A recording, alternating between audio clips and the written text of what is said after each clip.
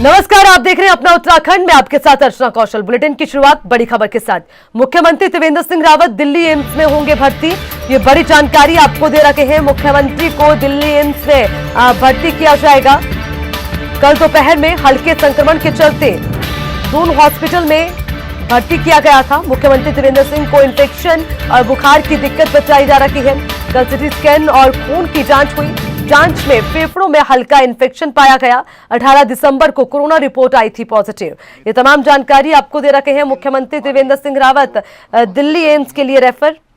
हमारे जो पुलिस के लोग हैं, इसी खबर पर ज्यादा जानकारी के लिए हमारे संवाददाता अंकित काला हमारे साथ जुड़ गए हैं, उनसे पूरा अपडेट लेंगे। अंकित, आपसे जानना चाहेंगे, दुखद खबर है, मुख्यमंत्री की तबीयत खराब बताई जा रही है, हालांकि आज एम्स भी रेफर किया जाएगा। जरा पूरा अपडेट दें अंकित। ठीक है अर्चना, 18 तारीख को मुख्यमंत्री त्रिवेंद्र सिंह रावत की जो रिपोर्ट है वो कोरोना पॉजिटिव आई थी और उस रिपोर्ट के आने के बाद मुख्यमंत्री सेल्फ आइसोलेशन में थे। कल देर शाम थोड़ा उनकी जो लंग्स में इन्फेक्शन था वो बढ़ गया था और हालांकि डॉक्टरों ने ये बात कही है कि चिंता की कोई बात नहीं है। बाकी सारे जो टेस्ट किए गए थे वो सभी सामान्य हैं। अभी डॉक्टरों की सलाह पर उन्हें एम्स में भर्ती किया जाएगा, इस तरीके की जानकारी मिल रही है। फिलहाल मुख्यमंत्री अभी दोनों हॉस्पिटल में है जो कि देहरादून में स्थित है और यहाँ पर डॉक्टरों की निगरानी में उनका इलाज चल रहा है और फेफड़ों में थोड़ा इन्फेक्शन बताया जा रहा है। इसके अलावा कोई चिंता करने की बात नहीं है, इस तरीके की बातें डॉक्टरों ने कही है। लेकिन एहतियातन के तौर पर दिल्ली एक एम्स में जो उनकी जांच है वो कराई जाएगी, इस तरीके की जानकारी मिल रही है। लेकिन फिलहाल मुख्यमंत्री अभी दोनों हॉस्पिटल में। ठीक है अंकित, बने रहिएगा, आगे भी आपसे अपडेट लेंगे। बीजेपी के प्रदेश अध्यक्ष बंशीधर भगत 2022 के विधानसभा चुनाव से पहले सभी 70 विधानसभाओं में दौरा कर रहे हैं। 24 दिसंबर को प्रदेश अध्यक्ष बंशीधर भगत ने अपने प्रदेश भर के दौरों की शुरुआत मसूरी विधानसभा से की थी और बीते दिन बंशीधर ने राजपुर रोड विधानसभा का दौरा किया।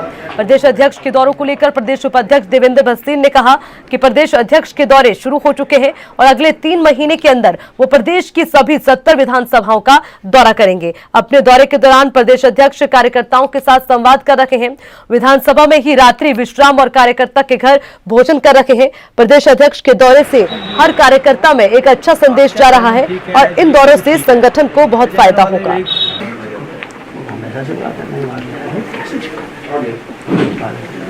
दूसरा क्या हो रहा है कि वो क्योंकि वो ऑनलाइन नहीं दे रहे हैं तो हमारे भी जो वो लोग हैं सब लोग नहीं जा पा रहे।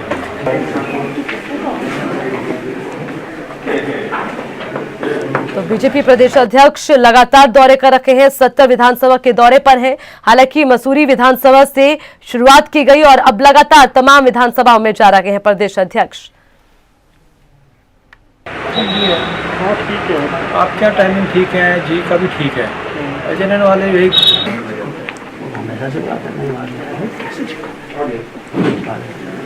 दूसरा क्या हो रहा है कि वो क्योंकि वो ऑनलाइन लगातार जानकारी आपको दे रखे हैं। तो पूरी तैयारियां जो है बीजेपी की ओर से है। 70 विधानसभाओं के दौरे कर रहे हैं प्रदेश अध्यक्ष। हालांकि ये कहना है कि उनके दौरों से काफी असर पड़ेगा और कार्यकर्ताओं में भी एक अलग उत्साह देखने को मिल रहा है, क्योंकि हर विधानसभा में जाकर बीजेपी प्रदेश अध्यक्ष बंशीधर रुक रहे हैं, उनसे बातचीत कर रहे हैं। आगे की रणनीति क्या है उसको लेकर चर्चा की जा रही है। हाँ ठीक है, आपका टाइमिंग ठीक है, जी का भी ठीक है। एजेंट वाले यही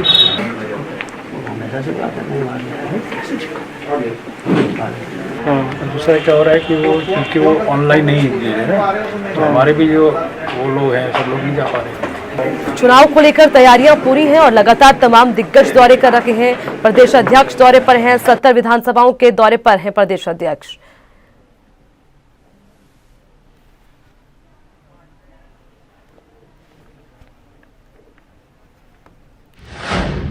चलिए खबरों में बढ़ेंगे आगे। इसी बीच एक और अहम जानकारी आपको देते चले। मुख्यमंत्री त्रिवेंद्र सिंह रावत दिल्ली एम्स में होंगे रेफर। ये बड़ी जानकारी आपको दे रखे हैं। मुख्यमंत्री त्रिवेंद्र सिंह रावत की तबीयत खराब हो गई है। कल दोपहर में हल्के संक्रमण के चलते दून हॉस्पिटल में भर्ती किया गया था और आज एम्स रेफर किया जाएगा। एम्स के डॉक्टर की सलाह के बाद दिल्ली एम्स में सीएम के होंगे प्रशिक्षण।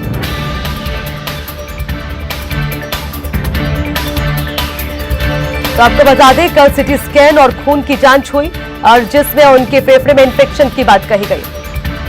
लगातार हमारे संवाददाता अंकित काला हमारे साथ जुड़े हुए, उनसे पूरा अपडेट लेंगे। अंकित, आपसे जानना चाहेंगे, दुखद खबर होगी प्रदेश के लिए, मुख्यमंत्री की तबीयत खराब बताई जा रही है और आज एम्स भी उन्हें भर्ती किया जाएगा। जरा पूरा अपडेट दें अंकित।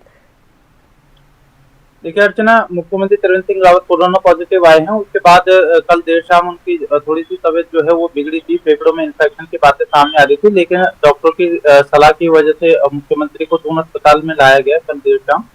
उसके बाद से लगातार उनके जो स्वास्थ्य है वो बेहतर बताया जा रहा है डॉक्टरों के माध्यम से, और जो उनकी जांचें भी की गई, चाहे वो खून की जांच थी या अन्य जांचें थी, उसमें फिलहाल मुख्यमंत्री की जो तबीयत है वो ठीक बताई जा रही है, लेकिन जो इन्फेक्शन है वो थोड़ा सा बताया जा रहा है। अब डॉक्टरों की टीम लगातार उनकी निगरानी कर रही है, 4 से 5 डॉक्टरों की टीम उनके स्वास्थ्य का परीक्षण कर रही है, लगातार जांचें हो रही है, वीआईपी रूम में उनका ट्रीटमेंट चल रहा है, और जो इनकी बात कही जा रही है कि अब मुख्यमंत्री को जो एम्स में भर्ती कराया जाएगा, यहाँ पर उनके जो तमाम जांच रिपोर्टें हैं उनका परीक्षण कराया जाएगा, और तमाम जो डॉक्टरों की टीम है वो मुख्यमंत्री के स्वास्थ्य में लगातार मॉनिटरिंग कर रही है। और फिलहाल डॉक्टरों का कहना यह है कि अभी चिंता की कोई बात नहीं है, जो भी अन्य जांच की गई है उसमें सामान्य रिपोर्ट जो है वो आई है।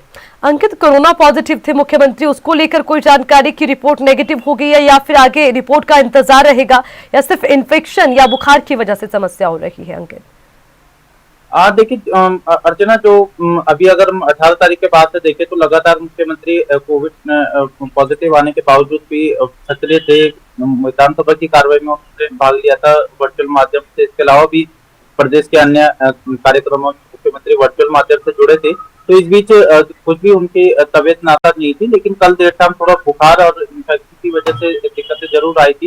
इस वजह से उनको हॉस्पिटल में भर्ती किया गया था। बाकी जो कोरोना की जहाँ तक बात है तो उनके जो सिम्टोमेटिक आ रखा है रिपोर्ट में, तो वो ज्यादा कुछ चिंता की दिक्कतें नहीं है। थोड़ा सा दिक्कत अभी उनके जो इन्फेक्शन की वजह से बताया जा रहा है, लेकिन वो इन्फेक्शन भी काफी मामूली सा है। इस तरीके की बातें डॉक्टर की तरफ से कही जा रही है। तो जहाँ तक कोरोना जांच का बात है तो उसमें भी मुख्यमंत्री के स्वास्थ्य में लगातार सुधार हो रहा है, और फिलहाल अभी उनके जो इन्फेक्शन की बातें सामने आ रही उसको दूर करने का डॉक्टर प्रयास कर रहे हैं। और कल देर शाम जब उनको भर्ती कराया गया था मुख्यमंत्री त्रिवेंद्र सिंह रावत को, तो उनको थोड़ा सा जो बुखार की दिक्कत थी वो सामने आई थी। उसके बाद से लगातार डॉक्टरों की निगरानी में उनके स्वास्थ्य का परीक्षण किया जा रहा है, और अगर स्वास्थ्य में किस तरीके का सुधार नहीं होता है तो दिल्ली एम्स के लिए भी मुख्यमंत्री को रेफर किया जा सकता है। ठीक है, बहुत बहुत शुक्रिया अंकित आपका, बने रहिएगा, आगे भी अपडेट लेंगे। चलिए खबरों में आगे बढ़ते हुए देहरादून से जानकारी, कांग्रेस का 136वां स्थापना दिवस आज। कांग्रेस प्रदेश अध्यक्ष प्रीतम सिंह प्रदेश मुख्यालय में करेंगे ध्वजारोहण। ये बड़ी जानकारी आपको दे रखे हैं। 136वें स्थापना दिवस पर खास कार्यक्रम और ध्वजारोहण किया जाएगा, और थोड़ी ही देर में ध्वजारोहण करेंगे और 11 बजे तिरंगा यात्रा निकाली जाएगी। 28 दिसंबर 1885 को कांग्रेस की स्थापना हुई थी, तो आज इस खास मौके पर एक अलग उत्साह कांग्रेस के तमाम दिग्गज और कार्यकर्ताओं में है। हालांकि किसी खास मौके पर कार्यक्रम का आयोजन भी किया गया है।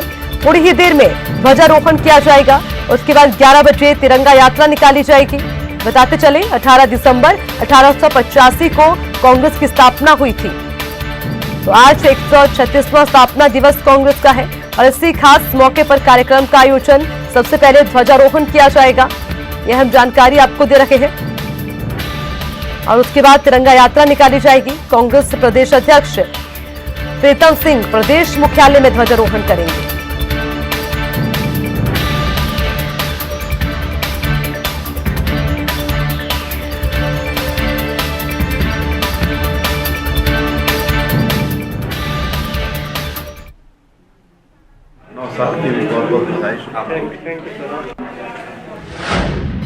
इसी खबर पर ज्यादा जानकारी के लिए अंकित काला सीधा हमारे साथ जुड़ गए हैं, उनसे तमाम जानकारी लेंगे। अंकित, आपसे जानना चाहेंगे, कांग्रेस का 136वां स्थापना दिवस आज है, सबसे पहले प्रदेश में कैसी तैयारियां हैं इस दिवस को लेकर, पूरा अपडेट अंकित।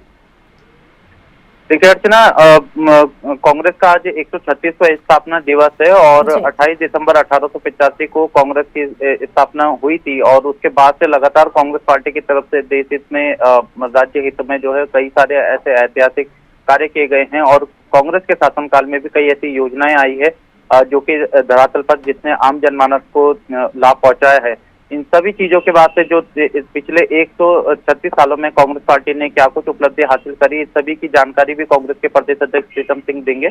आज कांग्रेस का 136वां स्थापना दिवस के अवसर पर कांग्रेस के प्रदेश अध्यक्ष प्रीतम सिंह कांग्रेस मुख्यालय में ध्वजारोहण करेंगे। अब से थोड़ी देर में इसके बाद फिर एक तिरंगा यात्रा भी निकाली जाएगी और प्रीतम सिंह का संबोधन भी होगा। पार्टी के कार्यकर्ताओं को, पदाधिकारियों को 2022 के चुनाव के लिए तैयार रहने के लिए भी कहा जाएगा। साथ ही जो अब तक का जो कांग्रेस का इतिहास रहा है, किस तरीके से उसने देश में अपनी योजनाओं के माध्यम से जनहित के कार्य करे हैं, और कोरोना काल में किस तरीके से कांग्रेस पार्टी के कार्यकर्ताओं ने, पदाधिकारियों ने कामकाज किया है, जो गौरवशाली इतिहास कांग्रेस पार्टी का रहा है, इन सभी विषयों को लेकर के प्रीतम सिंह अपना संबोधन भी देंगे। तो अब से थोड़ी देर में कांग्रेस मुख्यालय में ध्वजारोहण किया जाएगा। इसके अलावा भी तमाम जो जिला मुख्यालय हैं, ब्लॉक मुख्यालय, वहां पर भी कांग्रेस पार्टी की तरफ से स्थापना दिवस बड़ी धूमधाम से मनाया जा रहा है। ठीक है अंकित, एक अलग उत्साह कांग्रेस कार्यकर्ताओं में देखने को मिल रहा है। जाहिर सी बात है, चाहे प्रदेश की बात की जाए, उत्तराखंड की बात की जाए, तो कार्यकर्ताओं की ओर से क्या कुछ कहना, कितना उत्साह कार्यकर्ताओं में देखने को मिल रहा है अंकित? देखिए अर्चना, कार्यकर्ताओं में काफी उत्साह है। आज स्थापना दिवस के अवसर पर कहीं ना कहीं समस्त जो कांग्रेस पार्टी है वो एकजुट होकर के पार्टी को आगे बढ़ाने के लिए जनहित से जुड़े हुए कार्यों को करने का भी एक संकल्प लेंगे। तो कार्यकर्ताओं में 2022 का भी चूंकि उत्तराखंड में विधानसभा का चुनाव है, ऐसे में पार्टी के पदाधिकारियों की ओर से, राष्ट्रीय नेतृत्व की ओर से ये कोशिश की जा रही है कि कार्यकर्ताओं में जोश भरा जाए। तो कार्यकर्ता काफी उत्साहित है। कांग्रेस पार्टी की तरफ से ये बात कही जा रही है कि जिस तरीके से केंद्र और राज्य सरकार का कार्यकाल है, ऐसे में कांग्रेस के लिए राह काफी हद तक आसान है। 2022 का विधानसभा चुनाव आएगा तो कार्यकर्ताओं के ही दम पर कांग्रेस पार्टी दोबारा से सत्ता में आएगी, इस तरीके की बातें कही जा रही है और कहीं ना कहीं कार्यकर्ताओं में जोश भरने का भी काम किया जा रहा है। अब चुनाव में किस तरीके की परिस्थितियां रहेगी, लेकिन कुल मिलाकर के आज कांग्रेस अपना 136वां स्थापना दिवस मना रही है और इसके माध्यम से कहीं ना कहीं प्रीतम सिंह कार्यकर्ताओं में जोश भरने के साथ ही पार्टी के लिए समर्पित जो कार्यकर्ता हैं उनकी भावनाओं के अनुसार अपना जो आगे की पार्टी की क्या कुछ रीति नीति रहेगी उस पर भी प्रीतम सिंह अपना संबोधन देंगे। ठीक है अंकित, बहुत बहुत शुक्रिया तमाम जानकारी के लिए। विधानसभा सत्र समाप्त होने के बाद हल्द्वानी पहुंची उत्तराखंड कांग्रेस की दिग्गज नेता और नेता प्रतिपक्ष डॉक्टर इंदिरा हृदयेश के दिए अपने ताजा बयान से प्रदेश की राजनीति में हलचल पैदा हो गई है। दरअसल नेता प्रतिपक्ष ने मीडिया में दिए अपने बयान में कहा कि बीजेपी के कई नेता कांग्रेस हाईकमान का इशारा पाते ही पार्टी में आने को तैयार है। हालांकि उन्होंने ऐसे बीजेपी नेताओं का नाम डिस्क्लोज नहीं किया है। उन्होंने कहा है कि ये प्राइवेट बातें होती है जो कि मीडिया के सामने नहीं बताई जा सकती। इससे साबित होता है कि बीजेपी के विधायक भी मानने लगे हैं कि 2022 में उत्तराखंड प्रदेश में बीजेपी की सरकार नहीं बनने वाली। अगर साहब प्रदर्शित हो जाए, चलो जरा आशुतोष को बयान देने में तो कतई कोई कष्ट नहीं होता। 60 भी उन्होंने गलत कह दिया, 70 कहना चाहिए था। 54 तो पहले से ही है उनके, 70 के 70 हम जीतेंगे। शायद हमारा लिहाज कर दिया होगा इसलिए 60 कहा। तो संख्या में तो कभी कोई आदमी उन्हें तब पता नहीं था 57 आएंगे, तो अब 60 की बात। इसलिए कांग्रेस घोषणा संख्या की नहीं करती है क्योंकि हम अपना उपहास नहीं उठाना चाहते हैं। हम ये भी नहीं कह सकते जो पुराने भाजपा के जो पहले हमारे विधायक थे वो पिछली बार हारे, वो सभी लगभग जीत रहे हैं क्योंकि लगातार 5 वर्ष तक उन लोगों ने काम किया। हम भी उसे मॉनिटर कर रहे हैं। अब मॉनिटरिंग का समय आ गया है और हम हर विधानसभा वाइज जाकर उसकी मॉनिटरिंग भी करेंगे, गाइड भी करेंगे और जाएंगे। खबरों में आगे बढ़ते हुए हरिद्वार से जानकारी। रेप और हत्या का आरोपी गिरफ्तार। नाबालिग के साथ रेप कर उसकी हत्या कर हुआ था फरार। घटना के बाद से ही फरार चल रहा था सह अभियुक्त राजीव। पुलिस ने राजीव को उत्तर प्रदेश के सुल्तानपुर से अरेस्ट किया। पुलिस ने राजीव पर रखा था 1 लाख रुपए का इनाम। ये अहम जानकारी आपको दे रखे हैं। जहां रेप और के मामले में फरार चल रहा था उसे गिरफ्तार कर दिया गया है। घटना के बाद से ही फरार चल रहा था आरोपी। पुलिस ने राजीव को उत्तर प्रदेश के सुल्तानपुर से अरेस्ट किया। ये बड़ी जानकारी आपको दे रखे हैं। हालांकि पुलिस ने राजीव पर 1 लाख रुपए का इनाम भी रखा था। हरिद्वार पुलिस को ये बड़ी सफलता हाथ लगी है, जहां इस आरोपी को लगातार ढूंढने का प्रयास किया जा रहा था। रेप और हत्या का आरोपी गिरफ्तार कर लिया गया। चलिए खबरों में आगे बढ़ते हुए एक और अहम जानकारी आपको देते चले। देहरादून से खबर। कुंभ के लिए मुख्यमंत्री ने स्वीकृत किए करोड़ों रुपए। सर्विलांस सिस्टम के लिए 17.34 करोड़ की स्वीकृति प्रदान की। पहली किस्त के रूप में 6.94 करोड़ की धनराशि जारी की। 1000 बेड का अस्थायी कोविड केयर सेंटर बनाने के लिए स्वीकृति मुख्यमंत्री त्रिवेंद्र सिंह रावत ने दी है। उसी के साथ 15.46 करोड़ की स्वीकृति प्रदान की गई। पहली किस्त के रूप में 6.18 करोड़ जारी करने की स्वीकृति। अन्य चिकित्सा व्यवस्थाओं के लिए भी 2.93 करोड़ की स्वीकृति। पहली किस्त के रूप में 1.17 करोड़ रुपए जारी करने की स्वीकृति। ये तमाम जानकारी आपको दे रखे हैं मुख्यमंत्री त्रिवेंद्र सिंह रावत ने करोड़ों की स्वीकृति कुंभ मेले के लिए दी है। हालांकि उसी के साथ व्यवस्थाएं कैसी हो उसको लेकर भी लगातार निर्देश दिए जा रहे हैं और कुंभ मेले की तैयारी जोरों पर चल रही है।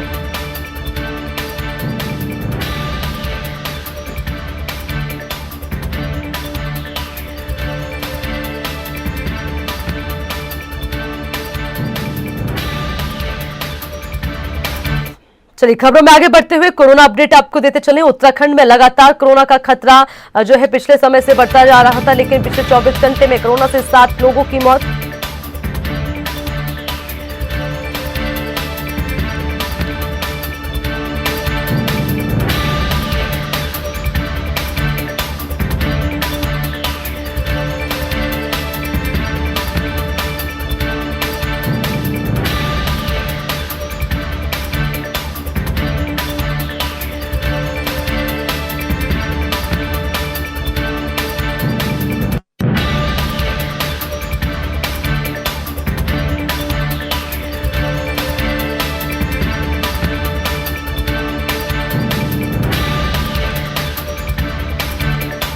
तो कोरोना को लेकर ताजा अपडेट आपको दे रखे हैं। उत्तराखंड में कोरोना का खतरा बढ़ता नजर आ रहा है। पिछले 24 घंटे में कोरोना से 7 लोगों की मौत हो गई। उत्तराखंड में कोरोना को लेकर ताजा अपडेट आपको दे रखे हैं।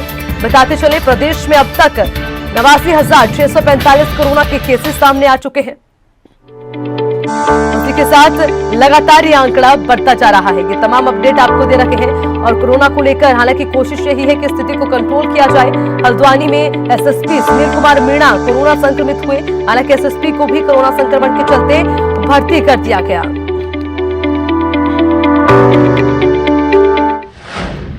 तो वहीं अब ब्रिटेन में कोरोना का नया स्ट्रेन मिलने के बाद स्वास्थ्य विभाग अलर्ट मोड पर है। पिछले 1 महीने के दौरान ब्रिटेन से उत्तराखंड लौटे लोगों के स्वास्थ्य की स्थिति पर स्वास्थ्य विभाग नजर बनाए हुए है। जल्दी बताओ क्या करें। उत्तराखंड में एक बार फिर से कोरोना संक्रमित मरीजों का आंकड़ा बढ़ने लगा है। राज्य में अब कुल संक्रमित मरीजों की संख्या 89,000 के पार पहुंच गई है। हर दिन राज्य में 500 के करीब नए संक्रमित मरीजों की पुष्टि हो रही है। वहीं रिकवरी रेट को लेकर अगर बात करें तो 81,000 से ज़्यादा संक्रमित मरीज अब तक स्वस्थ होकर अस्पताल से डिस्चार्ज भी हो चुके हैं। फिलहाल राज्य में कुल 5,444 एक्टिव केस हैं, जो कि प्रदेश के सभी 13 जिलों में हैं। राज्य में अब तक 1476 लोगों की कोरोना से मौत भी हो गई है। अब तक जो नए संक्रमित मरीज सामने आए हैं वो संख्या तो लगातार बढ़ ही रही है, लेकिन मौत का जो आंकड़ा है वो भी लगातार बढ़ रहा है। वहीं अब ब्रिटेन में कोरोना का नया स्ट्रेन मिलने के बाद स्वास्थ्य विभाग एक बार फिर से अलर्ट मोड पर आ गया है। 227 लोग ब्रिटेन से पिछले 1 महीने में उत्तराखंड आए हैं, उन पर स्वास्थ्य विभाग की नज़र है और सबसे ज़्यादा लोग देहरादून के रहने वाले हैं जो ब्रिटेन से पिछले 1 महीने में आए हैं। अपने कैमरा सहयोगी विजेंद्र रतूड़ी के साथ मैं चंद्रमोहन, हिंदी खबर, देहरादून। चलिए खबरों में आगे बढ़ते हुए देहरादून से जानकारी। नए साल से राज्य में इलाज होगा महंगा, ये बड़ा अपडेट आपको दे रखे हैं। सरकारी अस्पतालों में स्वास्थ्य सेवाएं होंगी महंगी। ओपीडी पर्चा, पैथोलॉजी और रेडियोलॉजी की जांच दरें भी 10% तक बढ़ेगी। नियम लागू होने के बाद ओपीडी पर्चा 25 रुपए की बजाय 28 रुपए में बनेगा। ये तमाम अपडेट आपको दे रखे हैं। अब नए साल में कहीं ना कहीं जिस तरह से लोगों को लॉकडाउन में आर्थिक मंदी का सामना करना पड़ा, उसी बीच नए साल से अब महंगाई बढ़ने के आसार, क्योंकि सीधे और साफ शब्दों में कह दिया गया कि कहीं ना कहीं 10% की बढ़ोतरी अब की जाएगी। इलाज महंगा हो जाएगा। नए साल से राज्य में इलाज महंगा होगा। ओपीडी पर्चा जो कि 25 रुपए में बनता था वो अब 28 रुपए में बनेगा और उसी के साथ अस्पताल में स्वास्थ्य सेवाएं भी महंगी होंगी। तो लगातार ये तमाम अपडेट आपको दे रखे हैं। ओपीडी पर्चा, पैथोलॉजी और उसके साथ रेडियोलॉजी की जांच दरें भी 10% तक बढ़ेंगी।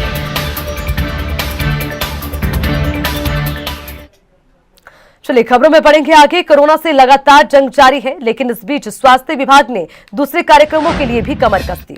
स्वास्थ्य विभाग ने टीकाकरण के अलावा खासतौर पर नेशनल प्रोग्राम पोलियो प्रतिरक्षण अभियान भी शुरू करने की तैयारी कर ली है। इससे लेकर विभाग ने कितनी टीमें बनाई हैं और किस तरह से शुरुआत होगी, इस पर हिंदी खबर के संवाददाता जसवीर सिंह ने सीएचसी अधीक्षक डॉक्टर अनिल वर्मा से खास बातचीत की। उन्होंने क्या कुछ कहा, आइए आपको सुनाते हैं। कोरोना से लगातार चल रही जंग के बीच स्वास्थ्य विभाग ने अब राष्ट्रीय कार्यक्रम पल्स पोलियो प्रतिरक्षण अभियान की भी शुरुआत कर दी है। यानी एक तरह से तैयारियां शुरू हो गई है।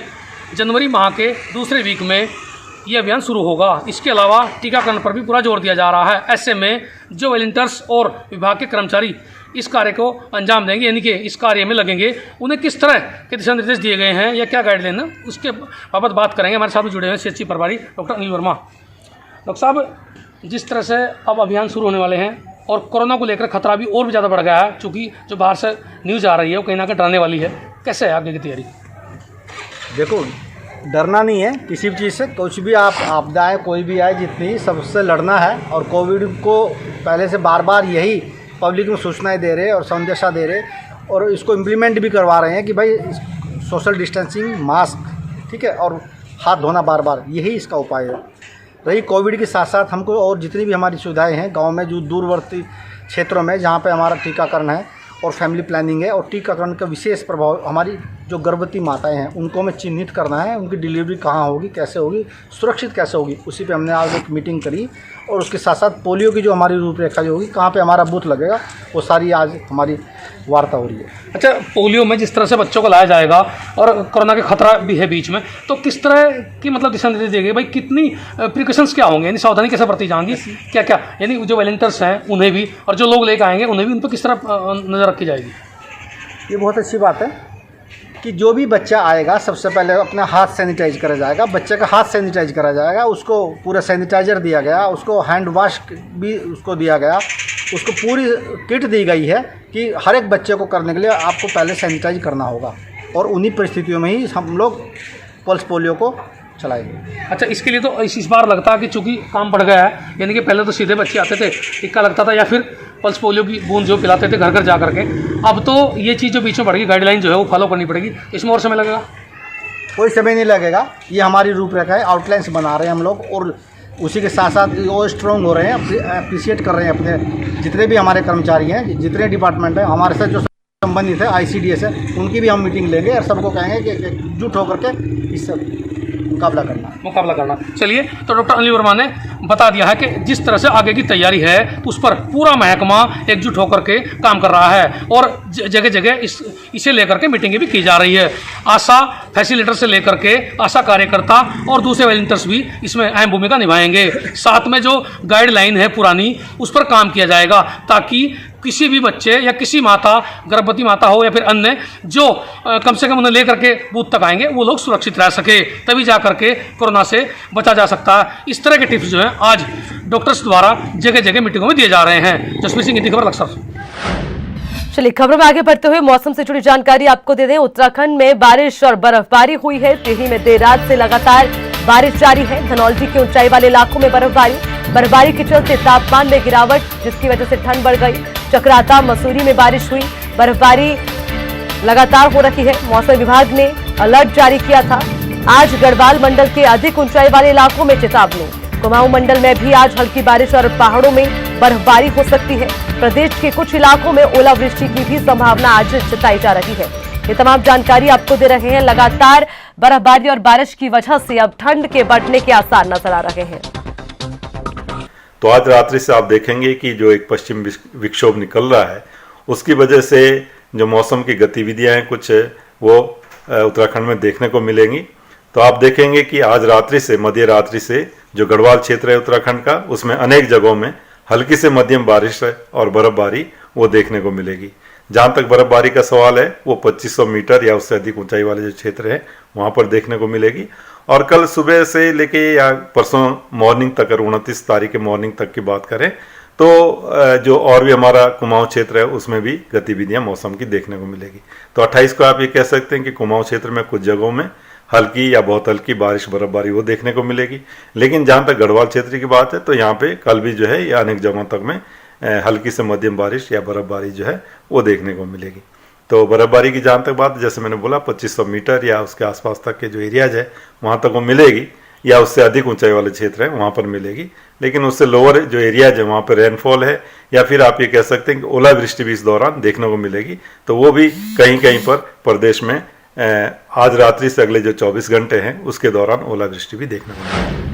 तो वहीं पहाड़ों की रानी मसूरी में भी मौसम में देर रात को मिजाज बदलता नजर आया, जिससे देर रात को हल्की बारिश के बाद एकाएक हल्की बर्फबारी शुरू हो गई, जिसको देख स्थानीय और पर्यटक होटलों से निकलकर बर्फबारी का आनंद लेने लगे। बेशक बर्फबारी काफी हल्की रही, लेकिन इसको मौसम की शुरुआती बर्फबारी माना जा रहा है। वहीं मसूरी में बदलते मौसम अनुमान ये जताया जा रहा है कि नए साल में लोगों को तोहफा मिल सकता है। मसूरी के आसपास के ऊंचाई वाले पहाड़ी क्षेत्र पर हल्की बर्फबारी हुई है, तो वहीं कंपनी बाग क्षेत्र में भी हल्की बर्फबारी हुई है, जिससे लोगों के चेहरे खिल उठे हैं।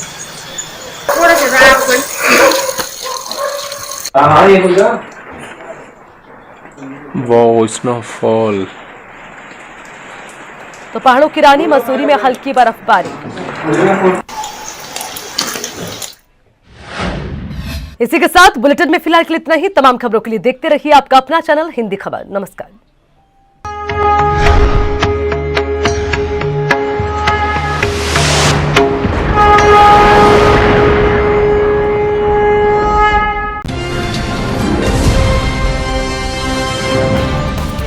घंटी का बटन दबाइए और हिंदी खबर से जुड़ जाइए।